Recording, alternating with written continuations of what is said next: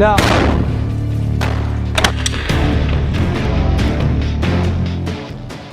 Israel और Hamas के बीच की लड़ाई को शुरू हुए करीब 4 महीने हो चुके हैं। इसमें 27,000 से ज्यादा लोग मारे जा चुके हैं।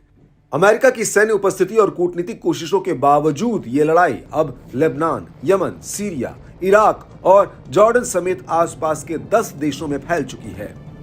इजराइल और फिलिस्तीन युद्ध में अमेरिका, ईरान, हूती, हमास और हिजबुल्लाह की एंट्री से मिडिल ईस्ट में तनाव बढ़ा हुआ है।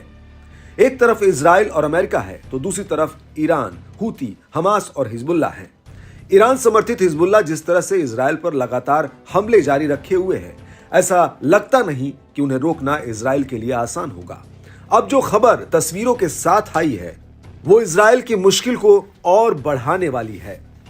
ईरान के Islamic revolutionary guard corps IRGC ने अपनी नौसैनिक क्षमताओं का प्रदर्शन करते हुए एक प्रमुख इजरायली एयरबेस पर हमले का अनुकरण किया है, जो यकीनन अमेरिका समेत इजराइल तक को अपनी ताकत को दिखाने की एक कोशिश है।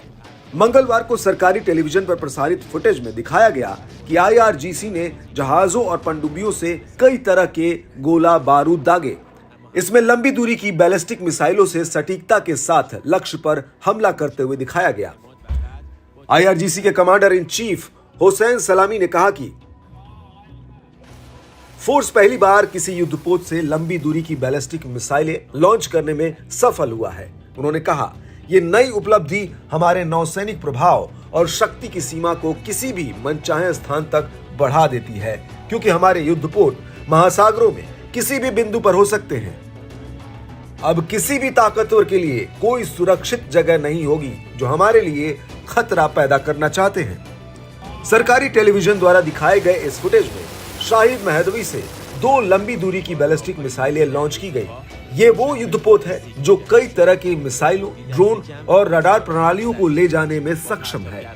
IRGC ने अपने हाल ही में अनवेल किए गए 2 कैटामरैन से लॉन्च की जाने वाली मिसाइलों को भी दिखाया, जो एंटी शिप क्रूज मिसाइलों को फायर करने में सक्षम है। साथ ही एक पनडुब्बी से लॉन्च किए गए टॉर्पीडो को एक जहाज से टकराते हुए दिखाया गया। ये सब कुछ करके और वीडियो जारी करके ईरान, इजराइल और अमेरिका को कड़ा संदेश दे रहा है कि वो रुकने वाले नहीं हैं, जब तक कि इजराइल अपने हमले बंद करके पीछे नहीं हट जाता।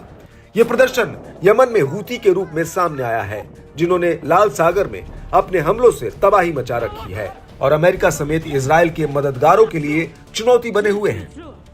ईरान ने हाल ही में इजराइल को दक्षिणी गाजा में राफा पर जमीनी हमले के लिए गंभीर नतीजे भुगतने की चेतावनी दी थी। अब इस युद्धाभ्यास से कड़ा संदेश दिया जा रहा है कि अगर इजराइल रुकता नहीं तो पूरे क्षेत्र में तनाव और बढ़ सकता है।